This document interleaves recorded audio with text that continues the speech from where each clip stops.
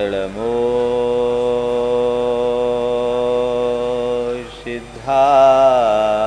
सिद्धाणम्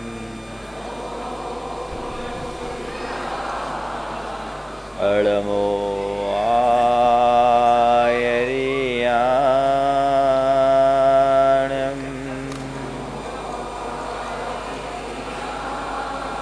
एळमो पुवच्छायानम्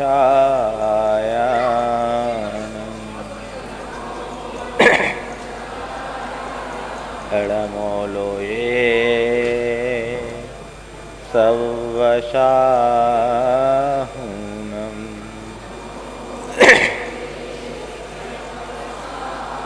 एसो पंचिनमुयारो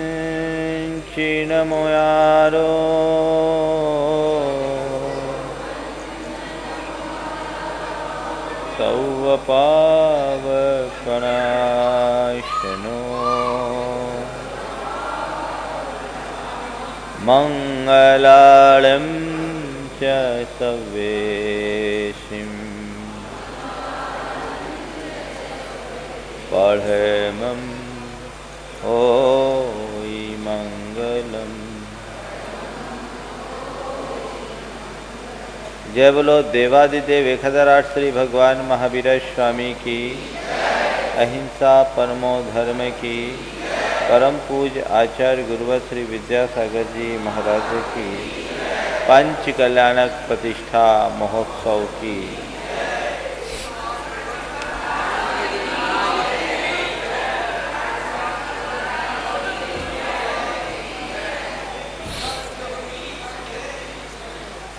पंच कल्याणक प्रतिष्ठा महोत्सव का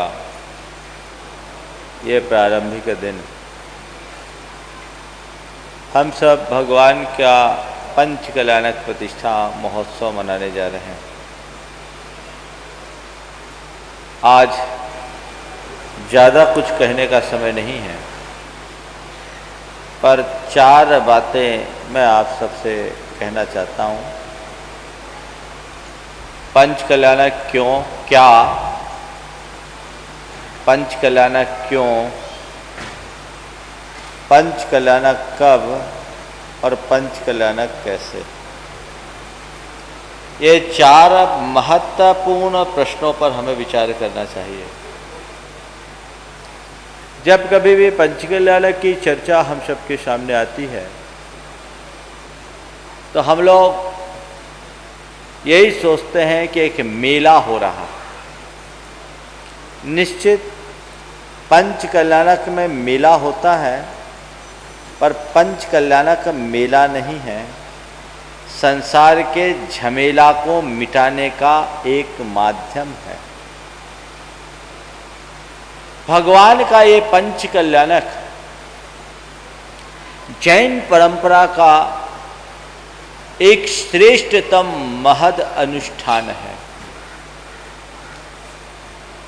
पुण्य की 7 क्रियाओं में जिनेंद्र भगवान की प्रतिष्ठा को एक मंगलकारी 700 पुण्य के बंध का हेतु निरूपित करते हुए कहा गया कि मनुष्य को अपना द्रव्य पंच कल्याणक जैसे जिनबिंब प्रतिष्ठा जैसे सद अनुष्ठानों में लगाकर उसका सदुपयोग करना चाहिए।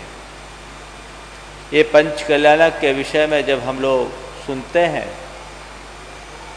तो प्राय लोग ज़्यादा से ज़्यादा ये सोचते हैं कि भगवान के गर्भ में अवतरित होना, उनका जन्म लेना, उनका दीक्षा ग्रहण करना और उन्हें ज्ञान की प्राप्ति करके निर्वाण प्राप्त करना, जीवन के इन 5 प्रसंगों पर देवों के द्वारा जो उत्सव मनाया जाता है वो पंच कल्याणक कहलाता है। निश्चित तीर्थंकर प्रभु जब गर्भ में आते हैं माँ के गर्भ में, तो 6 माह पहले से रत्नों की वर्षा होनी शुरू हो जाती है और जिस घड़ी वे स्वर्ग से अवतरित होकर माँ के गर्भ में प्रवेश करते हैं, उसी घड़ी में देव आकर उनका महान मंगल उत्सव मनाते हैं, जिसकी झलक आज रात्रि में आप सब देखेंगे। तीर्थंकरों के गर्भावतरण, जन्म, दीक्षा, ज्ञानोपलब्धि और निर्वाण, इनको कल्याणक इसलिए कहा जाता है क्योंकि ये सारे जगत के कल्याण का कारण है। लेकिन यहाँ पर वो पंच कल्याणक नहीं है। क्या है? ये पंच कल्याणक प्रतिष्ठा महोत्सव है। क्या है? पंच कल्याणक प्रतिष्ठा। जानते हैं पंच कल्याणक प्रतिष्ठा क्या है? भगवान के 5 कल्याणकों को याद करना एक पंच कल्याणक है, लेकिन यहां पर पंच कल्याणक प्रतिष्ठा ये जैन दर्शन की एक अपनी विशिष्ट प्रतिष्ठा है। इसकी अपनी एक विधि है। बोलचाल की भाषा में कई बार लोग बोल देते हैं कि प्राण प्रतिष्ठा हो रही। जैन धर्म में प्राण प्रतिष्ठा नहीं होती, क्योंकि हमारे भगवान प्राणातीत हैं। जैन धर्म में जिन बिंब प्रतिष्ठा होती, इस पंचकल्याणक प्रतिष्ठा में भगवान के गर्भावतरण से लेकर निर्वाण काल तक उनके जीवन की घटित समस्त घटनाओं का उल्लेख करते हुए उनके जीवन के सारे गुणों का आरोपण इन बिंबों में किया जाएगा। जो प्रतिमा है उसको भगवान बनाने की विधि यहां होने जा रही है। अभी तो वो प्रतिमा है, और जब उनमें 5 कल्याणकों के माध्यम से गुणों का प्रतिष्ठापन किया जाएगा तो वही प्रतिमा भगवान बन जाएंगे। जिन बिंब प्रतिष्ठा जैन धर्म में गुणों की पूजा की जाती है, व्यक्ति की नहीं। और जैन धर्म के अनुसार जैन धर्म किसी ऐसे ईश्वर या भगवान पर भरोसा नहीं करता, विश्वास नहीं करता जो सर्वशक्तिमान हो, हमारा जिसके सहारे हमारा संहार या संपोषण होता हो, जो हमें पुरस्कृत या दंडित करता हो। भगवान तो कृत्य है, लेकिन उनके गुणों को इन बिंबों में आरोपित करके हम मूर्ति में भगवान को स्थापित कर सकते हैं। ये अद्भुत पूजा है। ऐसे तो रूटीन में व्यक्ति भगवान की पूजा करता है, लेकिन ये पूजा भगवान को बनाने की पूजा है। बने बनाए भगवान की पूजा तो आप रोज करते हो, लेकिन ये पूजा अपने आप में ऐसी अलौकिक पूजा है जिसके बल और विशुद्धि से भगवान बनते हैं। ये पंच कल्याणक प्रतिष्ठा जब भी आप समझे तो क्या है? एक मूर्ति में भगवान के सारे गुणों का आरोपण करके उन्हें भगवान बनाना। क्या महाराज ये संभव है? सब कुछ संभव है, यदि हमारी वैसी दृष्टि हो तो। हमारी दृष्टि हो तो एकलव्य ने द्रोणाचार्य की माटी की मूर्ति से वह सब कुछ सीख लिया जो अर्जुन साक्षात नहीं सीख सका। जिन्हें भगवान की बिंब की प्रतिष्ठा के माध्यम से जब हम भगवान को प्रतिष्ठापित कर देते हैं तो ये जिन बिंब हमारे सम्यक दर्शन का कारण बनता है। निधत्ति और निकाचित कर्म के क्षय का कारण बनता है। भगवान की इस मुद्रा से, इस प्रतिमा से हम वह सब कुछ प्राप्त कर सकते हैं जो साक्षात भगवान से भी हम आज तक प्राप्त नहीं कर सके। दृष्टि चाहिए। तो ये जिन बिंब प्रतिष्ठा है, आज गर्भ कल्याणक है और आखिरी दिन मोक्ष कल्याणक के साथ भगवान प्रतिष्ठित हो जाएंगे। मैं आपसे केवल इतना कहना चाहता हूँ, एक प्रतिमा में मंत्र फूंक कर भगवान बनाने की व्यवस्था तो हमारे शास्त्रों में है। प्रतिमा में मंत्र फूंक कर भगवान बनाने की व्यवस्था हमारे शास्त्रों में है, लेकिन ऐसा कोई मंत्र नहीं है कि हम आपके कान में फूंक दें और आप इंसान बन जाएं। ऐसी कोई विधि नहीं, ऐसी कोई व्यवस्था नहीं। ऐसी व्यवस्था होती तो अभी तक तो सब तर गए होते। तो हमको अपने लिए कुछ करना होगा। पंच कल्याणक क्यों? जिन्हें भगवान के बिंब की प्रतिष्ठा क्यों? भगवान की मूर्ति का आलंबन क्यों? ये मंदिर क्यों? ये पूजा क्यों? ये प्रतिष्ठा क्यों? कभी आपके मन में ये सवाल आया? आया होगा, और नहीं आया तो आना चाहिए। क्यों? मैं आपसे जवाब पूछता हूं। आप पूजा करते हैं? क्यों करते हैं? क्या बात हो गई? बताइए, बोलो, क्यों करते पूजा? आप बोल सकते हैं क्यों करते? पूजा तो कर रहे हैं, क्यों करते हैं? हाँ, भगवान के गुणों की प्राप्ति की। तो भगवान के गुणों की आपको क्या जरूरत पड़ गई? भगवान के गुणों की प्राप्ति के लिए हम पूजा करते, तो भगवान के गुणों की क्या जरूरत क्या है? बस एक ही बात जो ध्यान में रखने की है, आप सबसे कहना चाहता हूं, हम भगवान की पूजा केवल इसलिए करते हैं कि भगवान पतित पावन हो गए और मैं अपावन हूं। उनकी पूजा करके मैं अपने आप को पावन बना लूंगा, मैं अपने आप को पवित्र करूंगा। उनके गुणों की आराधना से मैं अपने भीतर की पवित्रता को प्रकट कर सकता हूं। मेरी पूजा का उद्देश्य यही है कि मुझे अपने अंदर की कलुषता को दूर करना है, मन की मलिनता को दूर करना है, अंदर के विकारों को दूर करना है, चित्त को निर्मल और विशुद्ध बनाना है। इसलिए भगवान के चरणों में आकर के हम उनकी आराधना करते हैं। भगवान हमारे आराध्य हैं और हम उनके आराधक हैं। भगवान की उस मुद्रा को देखकर हमें अपने जीवन की वास्तविकता का एहसास और आभास होता है। जब हम भगवान की उस वीतराग मुद्रा को देखते हैं, सहज शांत निर्विकार मुद्रा, तो लगता है जीवन का असली रूप तो यही है। और ये भगवान हमें हमारे रूप का दर्शन करा रहे हैं। हम उस स्वरूप को प्राप्त करें, हमें एक जरूरत है। दरअसल हम जो कुछ करते हैं अपनी आत्मा के कल्याण के लिए करते हैं, लेकिन उस आत्मा को हम कभी जानते नहीं, देखते नहीं। अमूर्त है, हमारी आत्मा अमूर्त है।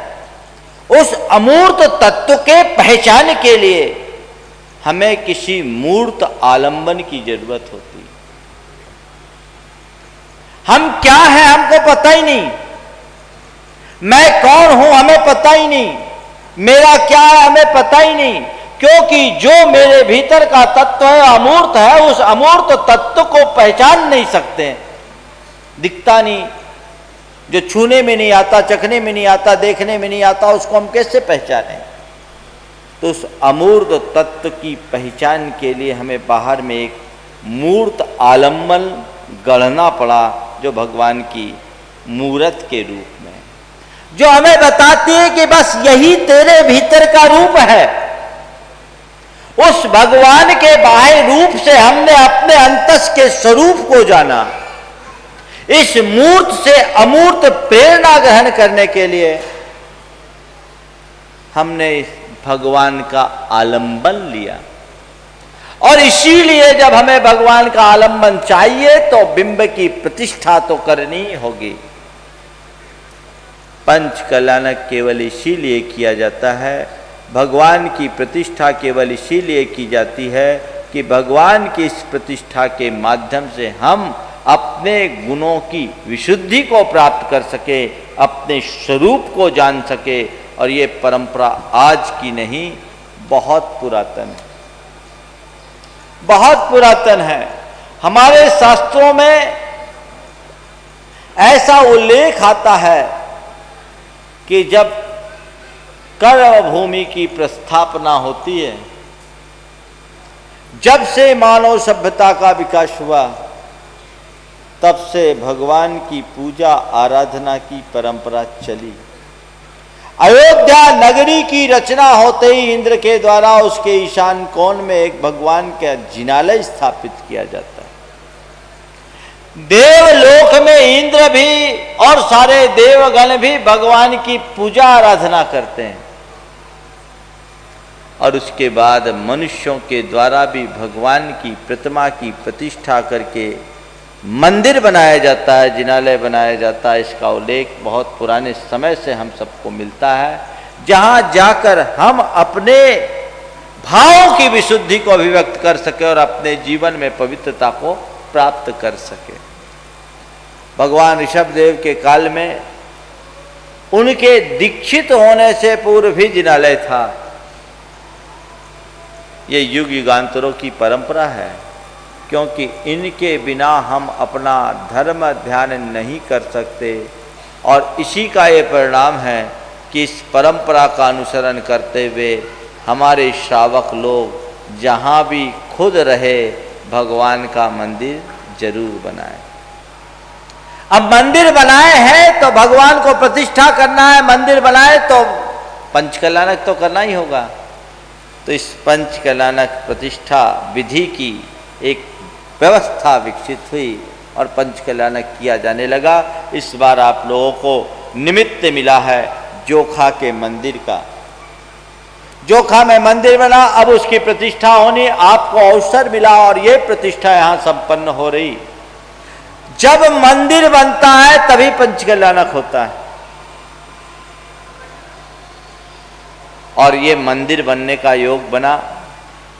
अच्छे मुहूर्त में इस पंचकल्याणक की योजना आप सबको देखने को मिली है। आप सब लोग इसमें अपनी सहभागिता दिखा रहे हैं। जीवन के दुर्लभ क्षण होते हैं, लेकिन बंधुओं, पंचकल्याणक एक महान अनुष्ठान है। यह अनुष्ठान एक कार्यक्रम की तरह कभी भी संपन्न नहीं करना चाहिए। इस अनुष्ठान को एक अनुष्ठान की तरह देखना चाहिए। प्रायः मैं देखता हूँ कि धार्मिक अनुष्ठानों को भी लोग एक आयोजन की दृष्टि से लेते हैं। आयोजन तो अनेक होते हैं, लेकिन ये आयोजन नहीं, आयोजन 5-7 दिन का एक कार्यक्रम बन करके रह जाता है, और अनुष्ठान हमारे जीवन के परिवर्तन का अधिष्ठान बनता है। इस आयोजन को, इस अनुष्ठान को 5-6 दिन तक चलने वाला एक आयोजन भर न बनाए, इसे अपने जीवन के रूपांतरण का अधिष्ठान बनाए। ये कब होगा? जब आप आयोजन के प्रयोजन को समझकर चलोगे। इस आयोजन का प्रयोजन क्या है? पंचकल्याणक प्रतिष्ठा कर रहे हैं। किसकी प्रतिष्ठा है? भगवान की कि आपकी? हाँ, किसकी प्रतिष्ठा है? भगवान की प्रतिष्ठा है, मेरी प्रतिष्ठा नहीं। तो इस पंचकल्याण के दरमियान मुझे अपनी प्रतिष्ठा को तो देखना ही नहीं, भगवान की प्रतिष्ठा को देखना है। और एक बात बताऊं, जिसकी निष्ठा भगवान की प्रतिष्ठा में होती है, उसकी प्रतिष्ठा अपने आप बन जाती है। भगवान की प्रतिष्ठा के लिए हम यहां एकत्रित हुए हैं। हमारे इस आयोजन का उद्देश्य हमारे कषायों की पुष्टि नहीं, अपितु परिणामों को निर्मल बनाने का उपक्रम होना चाहिए। अगर व्यक्ति आयोजन के मूलभूत प्रयोजन को समझ ले तो जीवन में कभी कोई भटकाव नहीं आ सकता। अपने जीवन में जब भी पूजा, भक्ति, आराधना का कोई भी अच्छा कार्य करे तो हम इन बातों का ध्यान रखें। हमारे लिए भगवान के बिंब का आश्रय लेकर लाभ लेने के बहुत अच्छे अवसर हैं।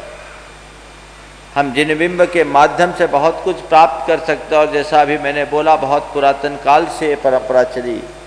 कुछ लोगों की अवधारणा है कि भारत में जैनियों के यहाँ मूर्ति पूजा बहुत बाद में प्रचलित हुआ। वे यदि भारत के पुरातत्व के इतिहास को पलट कर देखेंगे तो ये पाएंगे कि भारत में मूर्ति पूजा का चलन केवल जैनियों के द्वारा हुआ। हड़प्पा और मोहनजोदड़ो के उत्खनन से प्राप्त अवशेषों में जैन प्रतिमाएं मिलती है, जो इस बात का द्योतक है कि मूर्ति पूजा की परंपरा भारत में जैनियों के द्वारा विकसित हुई। डॉक्टर राखल दास बनर्जी हुए एक बहुत बड़े पुरातत्वविद। भारतीय ज्ञानपीठ से उनकी प्रकाशित 3 भागों की किताब है जैन कला और स्थापत्य।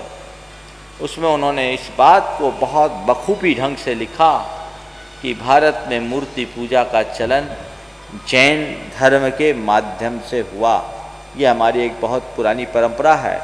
इस परंपरा का निर्वहन करते हुए हम आगे आए और आज जो कुछ भी हमारा इतिहास है इन्हीं मूर्तियों और प्रतिमाओं के माध्यम से हमको प्राप्त हो रहा है, हम उसका लाभ उठाने की कोशिश करें। चूँकि अभी आपके विधान का शेषांश बाकी है, आज पहला दिन है, इसलिए प्रवचन की ज़्यादा अनुकूलता नहीं, पर एक उदाहरण आज के संदर्भ में जरूर देना चाहता हूँ जिसे आप सब ध्यान रखेंगे। ये प्रकरण रामायण पर आधारित है कि रामायण में ऐसा लिखा कि रामचंद्र जी ने जब लंका पर विजय प्राप्त कर ली और अशोक वाटिका में सीता से मिलने के लिए गए। इस उदाहरण को एक प्रतीक के अर्थ में लेना। जब सीता से मिलन हुआ, रामचंद्र जी, लक्ष्मण जी और सीता तीनों के मिलन को देखकर पूरी प्रकृति भाव विभोर हो उठी और वहाँ जितने भी पशु पक्षी थे सब ने खूब भक्ति से नृत्य किया। पक्षियों के समूह में एक मोर भी था और मोर ने नृत्य करते करते इतना नृत्य किया, इतना नृत्य किया, इतना नृत्य किया कि उसके सारे पंख झड़ गए। मोर के सारे पंख झड़ गए। कहते रामचंद्र जी ने मोर को प्यार से उठाया और उसके पीठ सहलाने लगे। अन्य पक्षियों को ये बात जची नहीं और लक्ष्मण से शिकायत करने पहुंच गए। कहा कि भक्ति तो हमने भी बराबर की, पर प्रभु के द्वारा ये पक्षपात कैसा कि आशीर्वाद केवल एक को मिला। भक्ति जब हम सब ने बराबर की तो ये कैसा पक्षपात कि आशीर्वाद केवल एक को। तो लक्ष्मण जी ने जो जवाब दिया वो आप सबको ध्यान देने योग्य है। उनने कहा बेशक तुम सबने भक्ति की, बेशक तुम सबने भक्ति की, पर तुम में से किसी ने अपना पक्ष नहीं छोड़ा। पंख का पक्ष होता है। तुम में से किसी ने अपना पक्ष नहीं छोड़ा। भगवान की कृपा का पात्र केवल वही होता है जो भक्ति करते करते अपने अभिमान का पक्ष छोड़ देता है। बस वो पक्ष छूट जाए तो हमारे जीवन का कल्याण होगा। भाव विशुद्धि के साथ आप इस अनुष्ठान को संपन्न कीजिए। इस पूरे की पूरी आराधना में सबसे बड़ी पूंजी है आपकी विशुद्धि। बहुत अच्छा लग रहा है।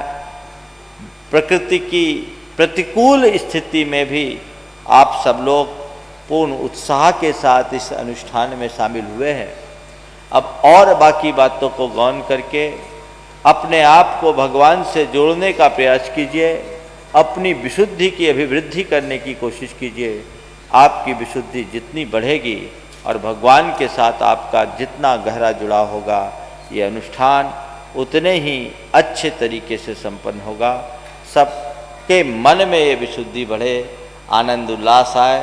अभी तो भूमिका बन रही है, रात में जब भगवान गर्भ में आएंगे तो अपने आप परिवर्तन आ जाएगा। ऐसा कहते हैं, नारका अपि मोदन्ते यस्य कल्याण परवशु, जिनके कल्याणकों में नारकियों को भी कुछ पल के लिए आनंद आ जाता है। तो इस धरती में तो आनंद का कोई पारावार ही नहीं रहेगा। ये अवसर बहुत दुर्लभता से प्राप्त होते हैं और हम ऐसे अवसरों का पूर्ण लाभ लेकर अपने जीवन के पथ को प्रशस्त करें। इसी शुभ भाव के साथ मैं अपनी बात को यहीं पर विराम दे रहा हूँ। बोलिए परम पूज्य आचार्य गुरुवर श्री विद्यासागर जी महाराज।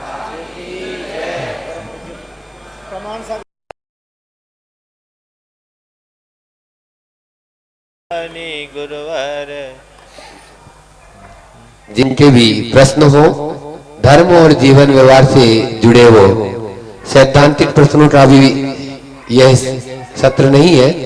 धर्म और जीवन व्यवहार से जुड़ी हुई जिज्ञासाओं को आप परम पूज्य महाराज श्री के श्री चरणों में यहाँ पर दे दें।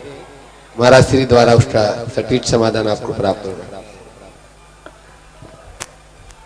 मंदिर में मूर्ति विराजमान करवाते हैं तो अपनी ओर से पूजा के लिए फंड देना चाहिए, क्या ये जरूरी है, नियम है? प्रतिष्ठा पाठों में ऐसा लिखा है, कोई भी कारापक जो मंदिर बनाता है, भगवान विराजमान करता है, उसको कारापक संज्ञा दी है। कोई भी कारापक जब मंदिर का निर्माण करता है, भगवान को विराजमान करता है, तो उसे एक द्रव्य निश्चित राशि उस मंदिर के या उस प्रतिमा की पूजा अर्चा रख रखाव के लिए अर्पित करना चाहिए, तब उसकी प्रतिष्ठा पूर्ण होती है, अन्यथा वो प्रतिष्ठा अधूरी है। जहाँ आपने श्री जी को विराजमान किया कराया, नित्य आप पूजन करने आ सके इसकी कोई गारंटी तो है नहीं। तो ऐसा होना चाहिए कि यावत चंद्र दिवा करो, जब तक सूरज चांद रहे तब तक भगवान की पूजा अर्चा होते रहे, इस हिसाब से एक द्रव्यदान रखना ही चाहिए और उस राशि को कार्पस फंड में रखना चाहिए, ध्रुव फंड, ताकि भगवान की पूजा अर्चा में कोई कमी नहीं हो सके, तब वो प्रतिष्ठा कहलाती है। जैसे प्रतिष्ठा पाठ में इसका एक पूरा श्लोक है, श्लोक मुझे याद नहीं आया, लेकिन ये विधि है, इसलिए अपनी शक्ति के अनुसार देना। और ऐसा लिखा है शास्त्रों में कि मंदिर में उपकरण दान देना, प्रतिमा विराजमान करना और पूजा अर्चा के लिए द्रव्य देना भी नित्य पूजा है। तो आप पूजा नहीं कर पाते तो उस निमित्त से कुछ न्योछावर निकालते हैं, तो वह भी नित्य पूजा की श्रेणी में आती है, इसलिए ऐसा करना ही चाहिए। अगर जीवन में बार बार ही असफलता मिले तो निराश और हताश होने से कैसे बचा जा सकता है? देखिए, असफलता सफलता की जननी है, बिना रात के प्रभात नहीं होता। काली रात का अनुभव जब तक हम न करें तब तक भोर के दर्शन नहीं होते। इसलिए जब कभी भी तमाम प्रयत्नों के बाद भी विफलता हाथ लगे तो हार मानने की जगह सकारात्मक तरीके से सोचना चाहिए और आशावादी सोच रखनी चाहिए। आज नहीं कल सफल होऊंगा, आज नहीं कल सफल होऊंगा।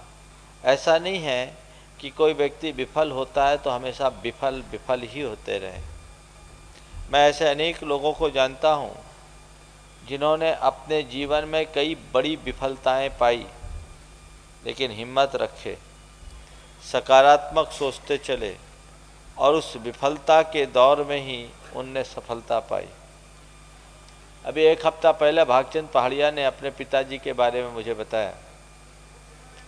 एक प्रेरणा है कि बोला, महाराज जी हमारे पिताजी गुवाहाटी में रहते थे, जूट मिल में आग लगी, भयंकर नुकसान हुआ, भयंकर आग थी। वो नुकसान पूरा हुआ, उसी के तुरंत बाद पलासवाड़ी जहाँ उनका घर था, पूरा घर ब्रह्मपुत्र में समा गया। दूसरा झटका लगा, तीसरा झटका, इसी बीच उनको हार्ट अटैक आ गया, और चौथा झटका इसी दुरवस्था में पार्टनर ने मुंह फेर लिया, पार्टनरशिप खत्म हो गई। 4 बड़े झटके लगे, किसी आदमी के टूट जाने के लिए पर्याप्त है। लेकिन उन्होंने मुझे बताया कि महाराज जी उस घड़ी में भी मेरे पिताजी ने अपना धैर्य नहीं खोया और धर्म नहीं खोया, दान देना नहीं छोड़ा, वो पुण्योपार्जन के कार्य में ही लगे रहे। और बोला कि महाराज जी वो फर्स्ट क्लास में यात्रा कर रहे थे, शाम के समय हुआ, भोजन करने के लिए अपना टिकड़ा और काचरा निकाल के खाने लगे। सामने की सीट में आसाम के गवर्नर श्री श्री प्रकाश लाल बैठे हुए थे। उनने उनको इस कार्य को देखते हुए पूछा, क्या करते हो ऐसे? तो उनने बताया कि मैं इस तरह का नियम लेता हूँ और रात वगैरह में खाता नहीं, शुद्ध भोजन करता हूँ। उनकी बातचीत हुई और वो उनके व्यक्तित्व से प्रभावित हुए, गुवाहाटी पहुँचे और उसी श्री श्री प्रकाश ने उनको पूरे गुवाहाटी में, उन दिनों कॉटन पे बहुत ज़्यादा परमिट लगता था, कपड़ा, कॉटन के कपड़ा, पूरे आसाम में उनको कपड़े की सप्लाई का ऑर्डर दे दिया। और बोले महाराज फिर हमारा जो दिन फिरा सो फिरा ही फिरा। ये होता है रास्ता। एक उदाहरण है। कई मनुष्य के जीवन में कई प्रकार के उतार चढ़ाव आते हैं, हिम्मत नहीं हारना चाहिए। एक बात जीवन में ध्यान रखो कि जीवन के सारे संयोग पुण्य और पाप पर आश्रित होते हैं। पुण्य का जब तक योग है सारे संयोग अनुकूल बने रहेंगे, और पाप का प्रकोप आएगा तो तुम लाख कोशिश करो, पानी भी पेट्रोल का काम कर जाएगा।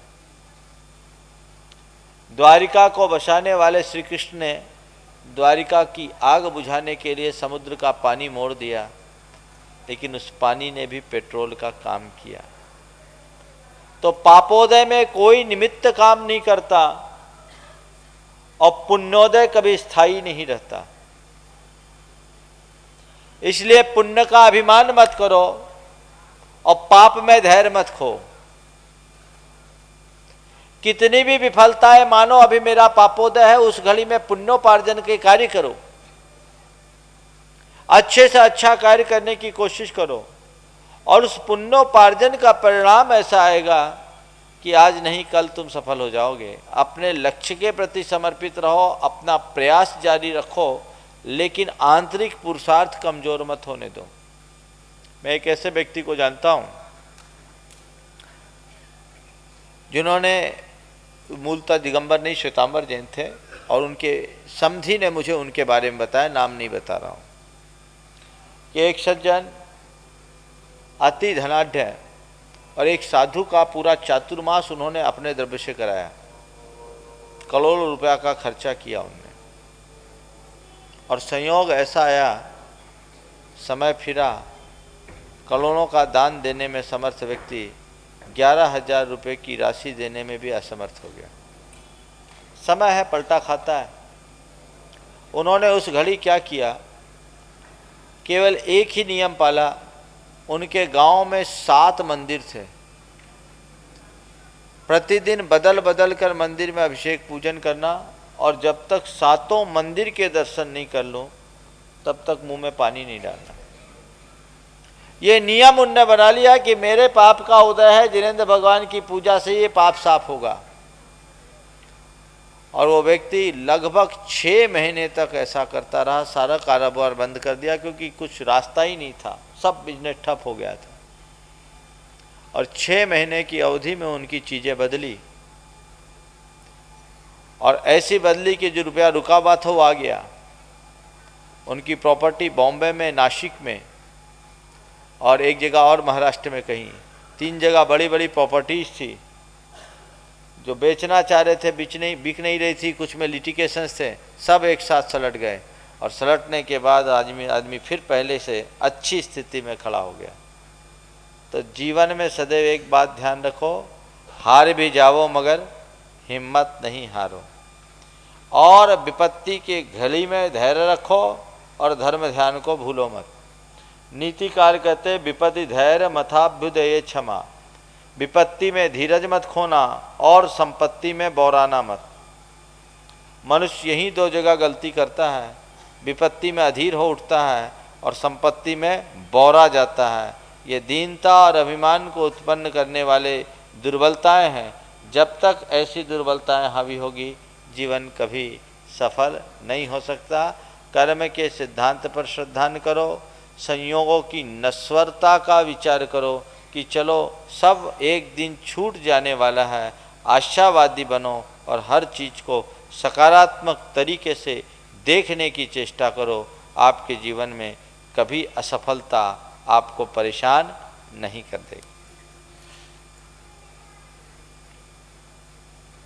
पृथ्वी लोक पर कई धर्म प्रचलित हैं, उसी प्रकार स्वर्ग लोक में भी कई प्रकार के धर्म प्रचलित हैं क्या? नहीं, स्वर्ग में तो एक ही धर्म है, वहाँ अलग अलग धर्म नहीं है, तो मामला गड़बड़ हो जाता है। ये धरती पर अनेक धर्म है, इसलिए धरती का वातावरण बिगड़ा हुआ है। अच्छा है, गनीमत है कि स्वर्ग में एक ही धर्म है, इसलिए वहाँ का वातावरण सुधरा हुआ है, नहीं तो मामला गड़बड़ हो जाता है, वहाँ कोई दूसरा धर्म नहीं है। हाँ, वहाँ पर तीर्थ एक ही चलता है। तो आप मुझे ध्यान दिला रहे कि महाराज वहाँ सब सम्यक दृष्टि तो नहीं रहते। सम्यक दृष्टि और मिथ्या दृष्टि होना अलग बात है। भगवान तो एक ही पूजे जाते हैं, वो बीतराग भगवान।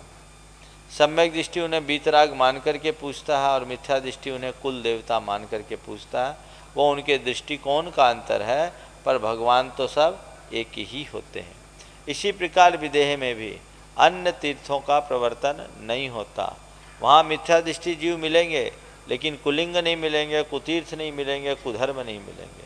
सब जिन धर्म को ही अपनाते हैं या फिर धर्म से विमुख हो जाए या धर्म के प्रति अपना दृष्टिकोण उल्टा रख लें, ये बातें तो हो सकती है, लेकिन अन्य लिंग, अन्य तीर्थ, अन्य मत की प्रवृत्ति वहाँ नहीं होती। श्री मद जिनेन्द्र का अर्थ क्या है? मद जिनेन्द्र, श्री मद और जिनेन्द्र को संधि कर दी तो श्रीमद जिनेन्द्र हो गया। द का ज हो गया ज के कारण, समझ गए? तो श्रीमद और जिनेन्द्र था। श्रीमद यानी श्रीमान, जिनेन्द्र का पंच कल्याणक प्रतिष्ठा महोत्सव या जिनबिंब प्रतिष्ठा महोत्सव। तो ये द और ज मिलने से डबल ज हो जाता है, द का ज बन गया, तो बोलते श्रीमद जिनेन्द्र। लेकिन श्रीमद नेमिनाथ नहीं आएगा, श्रीमन नेमिनाथ आएगा। वहाँ न के कारण न होगा, द होगा, श्रीमद नेमिनाथ जिनेन्द्र हो जाएगा। शांति धारा में छिंद छिंद भिंद भिंद का क्या अर्थ है? छिंद छिंद और भिंद भिंद इस शब्द का अर्थ है, एक्चुअल में छिंद छिंद नहीं है, छिंदी छिंदी और भिंदी भिंदी, यानी छेद दे छेद दे और भेद दे भेद दे। ये छेदने भेदने की क्रियाएं शांति धारा के माध्यम से लोग करते हैं। पुरानी शांति धाराओं में ऐसा देखने को भी मिलता है। मुझे यह कम जस्ती, मैं भगवान से किसी को छेदने भेदने की प्रार्थना नहीं करना चाहता। मैं तो भगवान से यही कहना चाहता हूँ, भगवान सबकी शांति हो, इसलिए एक ही प्रार्थना करता हूँ, सर्व शांतिर भवतु। हालांकि ये मैं गलत नहीं कह रहा हूँ, मेरा अपना निजी विचार है। ये छेदन भेदन की बातें मुझे समझ में नहीं आती, इसलिए मैं ये छिंदी छिंदी भिंदी भिंदी की शांति धारा पसंद नहीं करता। चलिए, हो गया? प्रश्न हो गए पूरे आज तो? अब तो समुद्र विजय में उनका उत्तर तो देना ही पड़ेगा। भावों की विशुद्धि को बनाए रखने के लिए क्या करें? बहुत महत्वपूर्ण प्रश्न है, क्योंकि हमारे भावों में कभी स्थिरता नहीं रहती। कभी कभी तो बहुत विशुद्धि होती है और कभी कभी ऐसे भाव हो जाते हैं जिनकी कल्पना भी नहीं की जा सकती। भाव शुद्धि के लिए 3 निमित्त का आश्रय लेना चाहिए। पहला, स्वाध्याय करना चाहिए। दूसरा, सही समागम करना चाहिए। और तीसरा, स्वात्म चिंतन करना चाहिए। स्वाध्याय, सत्सानिध्य और स्वात्म चिंतन, ये 3 ऐसे प्रबल निमित्त हैं जो आपके भावों में स्थिरता लाते हैं। स्थिरता आएगी, आप स्वाध्याय करेंगे, आपका मन इधर से उधर नहीं भागेगा, आपको एक अंदर प्रेरणा होगी जो एक नई स्फूर्णा देगा। आप अपने भाव को थाम सकते हैं। साधु जनों का समागम पाते ही अलग प्रकार की विशुद्धि उमड़ने लगती है। तो ये दूसरा निमित्त है। और तीसरा, अपना एनालिसिस करके देखो, स्वात्म चिंतन करो, अपने बारे में विचार करो कि मैं क्या हूँ और मेरा क्या है, जो कुछ मैं कर रहा हूँ सही है या नहीं। ऐसा आप विचार करेंगे तो आपका सारा कार्य हो जाएगा। इसलिए 3 निमित्त के माध्यम से भावों की शुद्धि की जा सकती है। पूजा आदि धार्मिक कर्तव्यों का पालन भी भाव शुद्धि में निमित्त है, लेकिन इनमें ही विशुद्धि बनाए रखने के लिए ये 3 निमित्त ज़्यादा प्रमुखता से आलंबनीय है। हो गया? तो मैं राज क्या बताऊं? हाँ, देखो ऐसा है, बैठ जाओ। बहुत सारे प्रश्न एक साथ पूछ लिया। उन्होंने पूछा, आपकी प्रज्ञा, सरलता, सहनशीलता का क्या राज है? सर्दी गर्मी और प्रतिकूल परिस्थितियों में अपने आप को स्थिर कैसे रखते हो? देखो, प्रतिकूल परिस्थितियों में अपने आप को स्थिर रखना ही हमारी सबसे बड़ी साधना है। आचार्य कुंद ने लिखा है कि किम काहिद वनवासो काय किलेशो विचित्त उवासो अध्ययन मौन पहुदी समदा रहिदस्य समनस्य। ये काय क्लेश, वनवास, उपवास, अध्ययन, मौन, ये सब क्षमता रहित श्रमण के लिए कोई कार्यकारी नहीं है। आचार्य श्री ने इसका अनुवाद किया, मासोपवास करना तन को तपाना, आतापनादि करना तन को सुखाना, सिद्धांत का मनन चिंतन और मौन धरना, यह व्यर्थ है श्रमण के बिन साम्य पाना। हमारा धर्म ही यह है कि हम हर स्थिति में यथासंभव अपने आप को स्थिर रखें। मैं ये नहीं कहता आपको कि मैं हर स्थितियों में स्थिर रहता हूँ, लेकिन कोशिश यही रहती है कि हर घड़ी में अपने आप को स्थिर रखने का प्रयास करूँ। यही हमारे जीवन के आनंद का आधार है। कर्मोदय पर विश्वास रखो, संयोगों की नश्वरता का विचार करो और हमेशा हर बात को पॉजिटिवली देखने की कोशिश करो, आपके परिणामों में स्थिरता आएगी। नंबर 2, शरीर की प्रतिकूल परिस्थितियों को सहने की जहाँ तक बात है, साधना के बल पर एक अवस्था में पहुँचने के बाद अपने सब प्रकार की शारीरिक और मानसिक आवश्यकताओं को नियंत्रित किया जा सकता है। एक लेवल पर एक बार मुझसे एक सज्जन ने पूछा कि महाराज आप लोग भूख प्यास कैसे सह लेते हैं, एक टाइम खाकर एक टाइम पीकर कैसे रह लेते हैं, इसके बाद भी आप लोगों को लंबा लंबा विहार करना होता, अंतराय आ जाते हैं, हम लोगों से तो बर्दाश्त नहीं होता। मैंने उनसे कहा कि नहीं, आप चाहें तो आप भी ऐसा कर सकते हैं, क्षमता आप में भी है, दृष्टि नहीं है। अगर दृष्टि आ जाए तो वो आप कर सकते हो। मैंने उनको कहा कि ये बताइए, आप मान लीजिए अपनी दुकान पे बैठे हों और सुबह से कुछ खाए नहीं और कोई रिलीवर नहीं आया, भूख आपको ज़ोर से लग रही है, आपने सोचा कोई आ जाए तो ठीक, लेकिन काफ़ी देर इंतज़ार करने के बाद भी कोई नहीं आया और आपने एक डिसीजन लिया, 10 मिनट देखता हूँ कोई आता है तो ठीक है, नहीं तो शटर गिरा के घर जाऊँगा, अब भूख बर्दाश्त नहीं होगी। और 2 मिनट बीते, इसी बीच कुछ ग्राहक आ गए और आप उस ग्राहक को डील करने में मगन हो गए। 4 घंटा निकल गया, भूख कहाँ गई? भूख कहाँ गई? उन्होंने कहा महाराज जब आमदनी दिखने लगती तो भूख नहीं लगती। हमने कहा बस यही हाल है हम लोगों का, तुम्हें अपनी बाहर की आमदनी दिखती, तुम्हारी भूख चले जाती, हम जब अपने अंदर की आमदनी को देखते हैं तो न भूख लगती न प्यास लगती। दृष्टि चाहिए, और एक लेवल पर जाने के बाद शरीर वैसा ढल जाता है। मैं अपना अनुभव आपसे कहना चाहता हूँ, रोज भोजन करता हूँ समय पर, लेकिन भूख की वेदना क्या है ये भूल गया मैं। आप लोग कहते हैं भूख लग रही, पेट में चूहे कूद रहे हैं, मुझे पता नहीं भूख क्या होती है, प्यास क्या होती है। शरीर के लिए भोजन करना होता है, ये मैं अपना अनुभव बोलता हूँ। ठीक है, शरीर अन्न का कीड़ा है, बिना भोजन के शरीर शिथिल हो जाता है, शरीर की रिक्वायरमेंट है उसकी पूर्ति होती है, लेकिन एक जो भूख से व्याकुल होना और एक ये है कि भूख क्या होती जानते नहीं। एक बार जिस समय भोजन करते उतनी देर भोजन की कथा, उसके बाद भोजन की चर्चा नहीं। कई बार औषधि आदि के विषय में भी कुछ सोचना होता है तो भूल जाता हूँ, चौंके में याद आता है कि ब्रह्मचारी को थोड़ा संकेत देना होगा और फिर भूल जाता। कई दिन बीत जाते हैं, कभी ब्रह्मचारी चला के पूछ ले तो फिर ध्यान में आता है कि भाई ये पोजीशन है।